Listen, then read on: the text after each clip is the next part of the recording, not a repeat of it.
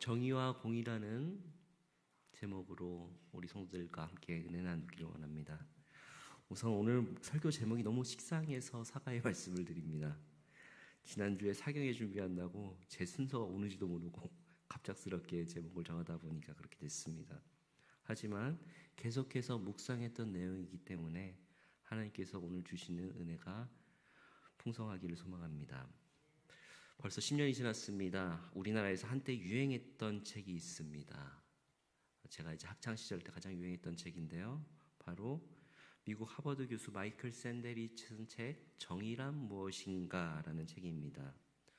인문학적인 책이 왜 이렇게 선풍적인 인기가 있었는가, 그리고 사람들이 많이들 사서 보고, 그리고 분명히 이 책을 봤는데 내가 생각했던 내용이 아니구나라고 책을 덮었던 사람들이 꽤 있는 것으로 알고 있습니다. 왜 그러냐면은 이 책은 바로 우리가 생각하는 그 정의가 아니라 존 롤즈의 정의론에 관련된 그 사회 정의이기 때문에 그렇습니다. 존 롤즈의 사회 정의라는 것은 어떻게 하면은 가장 공평하게 분배할 수 있는가, 그러니까 공리주의에 대한 부분이기 때문에 그렇습니다. 쉽게 얘기하자면 이 공리주의에 잠깐만 얘기하자면 어떻게 하면 공정하게 분배하고 나눌 수 있는가, 사회 철학이란 부분이라서 존 롤즈의 이 정치 철학 그리고 사회 철학 때문에 미국 사회 복지 부분이 많이금 이 정의론에 따라서 정리가 되어 있기 때문에 그렇습니다. 근데 저도 개인적으로 이제 철학을 공부하면서 이것을 알게 되었는데, 마이클 샌델이 제가 다니는 학교에 와서도 강연을 했습니다. 그러니까 우리나라에서 유명해지기 직전입니다. 왔는데도 관심이 없어서 안 갔거든요. 그리고 나서 이 책을 쓰고 우리나라에서 더 뜨겁게 인기가 많아지게 되었죠. 외국에서 우리나라에서만 유일하게 잘 팔린 책입니다. 다른 나라에서는 그렇게 많이 팔린 책은 아닙니다. 그런데 왜 그랬을까? 대부분 우리나라 사람들이 느끼는 이 정의에 대한 부분에 갈망이 있었기 때문이다라고 사람들은 분석을 하고 있습니다. 사람들이 정의란 무엇인가에 대한 질문에 있어서 사회적인 분배도 생각했지만 우선은 먼저 나의 삶 가운데서 내가 살고 있는 상황 속에서 과연 공정한가, 정의로운가라는 부분이 계속해서 목마르기 때문에 이 책을 많이 봤을 거라 생각이 됩니다. 또한 우리가 먼저 정의란 부분에 대해서 제일 먼저 생각하는 부분은 사법적인 부분에 있어서 정의로운가에 대한 부분이 많이 생각을 했습니다. 그래서 우리나라 최근 통계에 우리나라의 공정성에 있어서 과연 정의로운가, 공정한가라고 물었더니 퍼센테이지가 그렇지 않다가 30%, 그렇다가 37%, 그렇지 않다가 60%. 아직까지도 우리나라의 공정성에 대한 설문조사를 하면은 이렇게 나옵니다. 또한 외국에서 조사하는 통계 지수에서도 우리나라가 사법부에 대한 신뢰도의 순위에 있어서 전 세계적으로 국가로 순위를 매겨봤을 때 아직까지도 최하위권에 머물러 있는 것을 우리는 뉴스를 통해 확인할 수 있습니다. 사람들은 정의와 공의를 원하죠. 지금 선거철이라고 이 이야기를 하는 것이 아니라 정치인들은 다들 자신들이 선거운동을 할 때 대한민국의 정의를 바로 세우겠다라고 말을 하지만, 그리고 자신들만의 정의를 외치지만 과연 그들이 말하던 정의와 공정이 이 땅에 이루어졌는가라고 생각을 하면은 그것은 아니었습니다. 전 세계 정치사를 다 살펴보더라도 그렇게 정의를 외치던 사람들에게 오히려 정의가 없었던 것이 사실입니다. 그리고 그것은 과거 몇천 년 전에도 몇만 년 전에도 마찬가지였던 것으로 보입니다. 바로 오늘 읽은 본문의 배경, 북이스라엘 여로보암 2세 때의 이야기입니다. 저번 설교 때 저는 호세아 설교를 했습니다. 그리고 호세아 이전이 바로 아모스, 똑같은 북이스라엘 배경에 대해서 설교를 했죠. 여로보암 2세 때는 나라가 부강했다라고 합니다. 경제 외교적으로 주변 국가와 잘 교역하면서 나라의 국력과 모든 차원에 있어서 강성했다고 합니다. 강한 나라 아수르와 애굽 사이에서 상강무역을 하며 교역과 정치를 하면서 나라가 매우 부강했습니다. 그러나 언제나 나라가 부강해지고 경제적으로 잘 살게 되면 함께 따라오는 것이 있습니다. 그것은 바로 종교의 타락입니다. 과거 이스라엘 신정 사회는 왕과 제사장이 함께 타락합니다. 성경을 보면 항상 그랬습니다. 그리고 그 타락한 것을 언제나 견제하고 지적하기 위하여서 하나님께서는 항상 한 사람, 말씀을 맡은 예언자를 보내시게 됩니다. 제사장은 그 집안에서 가문 대대로 내려오는 직업이지만 예언자는 다릅니다. 하나님의 말씀을 맡은 자로서 제사장 집안에서도 예언자가 나오고 왕족에게서도 예언자가 나오고 또 혹은 평민에게서도, 그리고 오늘 나오는 아모스는 평민 목자 중에서도 나오는 사람이기도 합니다. 특별히 오늘 우리가 함께 읽은 아모스는 문서 선지자로서 가장 최초의 선지자로 기록되어 있습니다. 그리고 이 사람은 남유다 사람인데 하나님께 특별하게 부르셔서 예언자로 부르실 때 여러 가지 환상을 보여주시고 그 뒤에 북이스라엘로 가서 선포하라고 하셨습니다. 하나님께서는 그들이 드리는 제사는 왕과 제사장이 서로 결탁하여 삶이 부패했기 때문에 하나님께서 기뻐하지 않는 제사였고, 상류층은 계속한 부패의 늪에 빠지고 반면에 가난한 사람은 계속해서 더욱더 가난한 곳으로 빠지게 되고 높은 과세와 예속의 상태에 빠졌기 때문에 그들에게 하나님께서는 아모스를 통하여서 다시금 하나님의 정의와 공의를 깨우치기를 원하셨습니다. 그때 당시의 상황을 살펴볼 수 있는 말씀이 바로 아모스 4장 1절입니다. 함께 읽겠습니다. 사마리아의 산에 있는 바산의 암소들아, 이 말을 들으라. 너희는 힘없는 자를 학대하며 가난한 자를 압제하며 가장에게 이르기를 술을 가져다가 우리로 마시게 하라 하는도다. 아멘. 힘 없는 자를 학대하고 가난한 자를 압제했다고 합니다. 그리고 반면에 그들이 먹고 마시고 즐기고 향락에 빠진 모습을 보이고 있습니다. 그리하여 하나님께서는 그들에게 심판하시겠다고 말씀을 하시는 것이죠. 그들의 형식적인 예배는 받지 않겠다라고 말씀하십니다. 오늘 읽은 본문 21절, 22절입니다. 함께 읽겠습니다.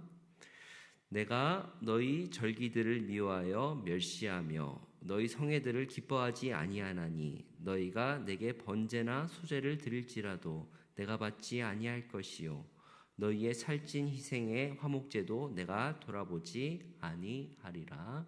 아멘. 하나님께서는 왜 이런 말씀을 하셨을까요? 아무리 그들이 값비싼 예물을 드리고 화려한 예배를 드릴지라도 그들의 삶 가운데서 하나님께 기쁨이 되지 않는 삶을 살았기 때문에 그렇습니다. 그들은 성전에서 예물을 드렸어도 그들의 삶 속에서 하나님 기뻐하시는 삶의 예물을 드리지 못했습니다. 계속해서 그들은 가난한 자와 약한 자를 핍박하고 자기들만 잘 먹고 사는 것에 집중하였을 것입니다. 그리고 함께 따라오는 것이 재판은 굽었을 것이며 정치와 종교가 결탁하여 자신들만의 천국을 만들며 살았기 때문에 그렇습니다. 하나님의 백성은 예배와 생활이 엇나가서는 안 됩니다. 내가 이곳에서 드리는 예배와 나의 삶의 예배가 언제나 동일해야 한다는 것이죠. 그렇기에 하나님께서는 오늘 아모스를 통하여서 그렇게 말하는 정의와 공의를 강조하십니다. 오늘 본문 24절입니다. 가장 유명한 말씀입니다. 같이 함께 읽겠습니다. 오직 정의를 물같이 공의를 마르지 않는 강같이 흐르게 할지어다. 아멘. 성경에서 나오는 주제가 계속해서 물론 하나님의 사랑을 이야기할 수 있지만은 예언서에서 특별히 예언서에서는 계속해서 강조하는 말씀이 바로 정의와 공의입니다. 그러면 우리가 계속해서 의문을 가질 수 있죠. 도대체 이 정의와 공의가 뭐냐? 라고 말입니다. 정의로 번역되어 있는 히브리어 원래 원어는 미슈파트라고 하고 공의로 번역된 체데카가 이게 언어상으로는 있는데 굳이 엄밀하게 따지자면은 이 정의라는 부분에 있어서는 우리가 재판에서 말하는 그 정의로움에 대해서 이야기를 할 수가 있고 또 공의에 있어서는 사회 관계적인 측면에서 관계적인 측면에서 의로움에 대해서 이야기할 수 있습니다. 그러나 이것을 엄밀하게 분류할 것이 아니라 굳이 정의와 공의를 엄밀하게 분류하는 것이 아니라 오히려 성경에서는 언제나 함께 나오기 때문에 같이 사용하는 것이 오히려 올바른 이해라고 생각할 수 있습니다. 물론 이것을 분석적으로 하나님의 정의는 무엇이냐 해갖고 하나 둘 셋 이렇게 따질 수도 있고 하나님의 공의는 무엇이냐 이렇게 쓸 수가 있지만은 대부분의 내용들이 하나님의 정의와 공의는 성경에 같이 나오게 됩니다. 그리고 이 정의와 공의가 대표적으로 처음 등장하는 말씀이 바로 아브라함을 부르신 그때의 같은 창세기 18장 19절의 말씀입니다. 같이 한번 읽겠습니다.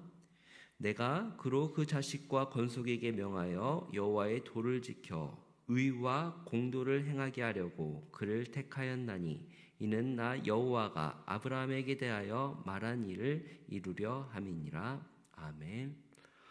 지금 여기 나와 있는 의와 공도, 이 번역이 좀 다르긴 한데 이게 바로 정의와 공의입니다. 그리고 여기 말고도 수없이 정의와 공의는 예언서에서도 계속해서 반복되어 나오고 있습니다.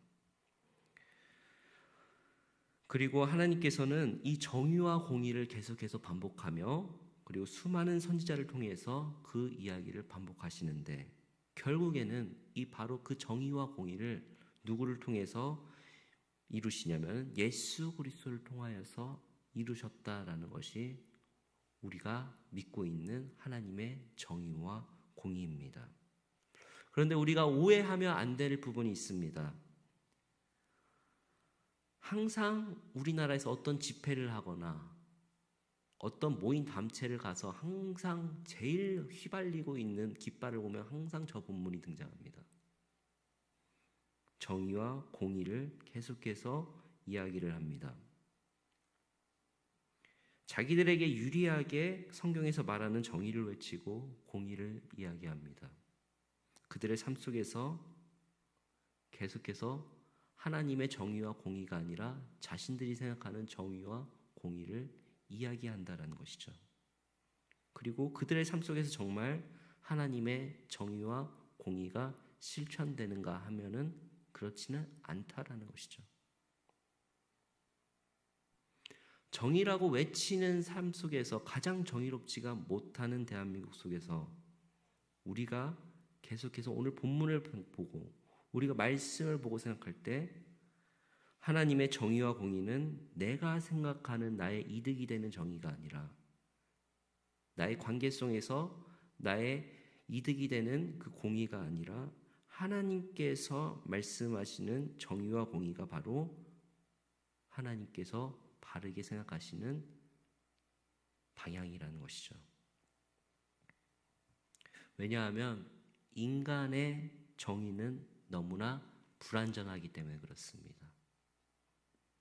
아무리 완벽한 시스템을 갖췄다고 할지라도 언제나 법률에 사각지대는 있을 것이며 또한 복지에 갈 사각지대가 있기 때문에 그렇습니다. 그렇기 때문에 우리는 하나님의 긍휼하심을 부르짖을 수밖에 없는 나약한 인간이고 죄악된 인간인 것을 인식하며 불평등하다고 말하는 이 시대 속에서 바로 빛 대신 예수 그리스도를 선포해야 되는 그리스도인입니다. 분명한 것은 우리나라의 가장 영향력 있는 종교는 우리 개신교입니다.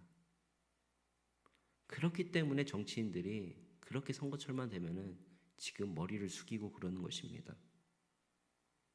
그런데 왜 기독교가 가장 영향력이 있는데 사람들에게 있어서 공정성과 정의는 무너져 있을까요?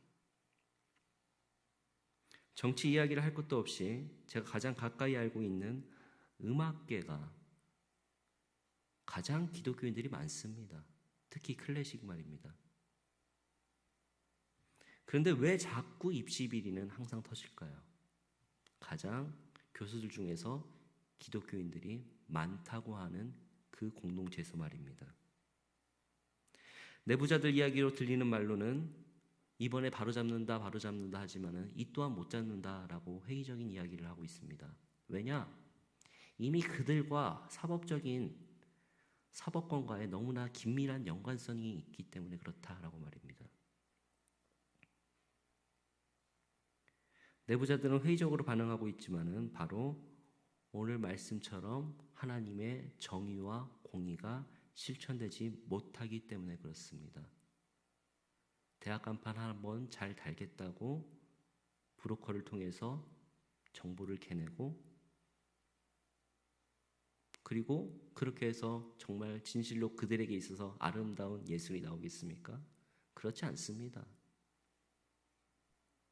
대부분 그들은 그렇게 대학을 입시해서 음악계로 나가지도 않습니다.